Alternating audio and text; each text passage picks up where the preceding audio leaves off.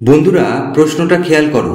পরপর 7টি সংখ্যার গড় 15 হলে বৃহত্তম ও ক্ষুদ্রতম সংখ্যাগুলি কি কি?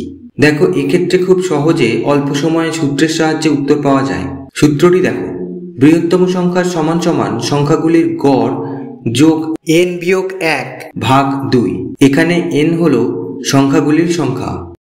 ক্ষুদ্রতম সংখ্যা সমান সমান সংখ্যাগুলির গড় বিয়োগ n-1 ভাগ 2।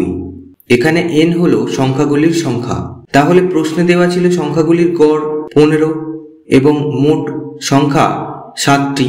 অতএব বৃহত্তম সংখ্যা সমান সমান 18 এবং ক্ষুদ্রতম সংখ্যা সমান সমান 12। বন্ধুরা, এভাবে খুব সহজে উত্তর পাওয়া সম্ভব। আশা করি তোমাদের বুঝতে কোনো সমস্যা হয়নি। ভিডিওটা ভালো লাগলে লাইক করো আর চ্যানেলটাকে প্লিজ সাবস্ক্রাইব করে পাশের বেল আইকনটা প্রেস করে রাখো। এতক্ষণ ভিডিওতে সাথে থাকার জন্য ধন্যবাদ।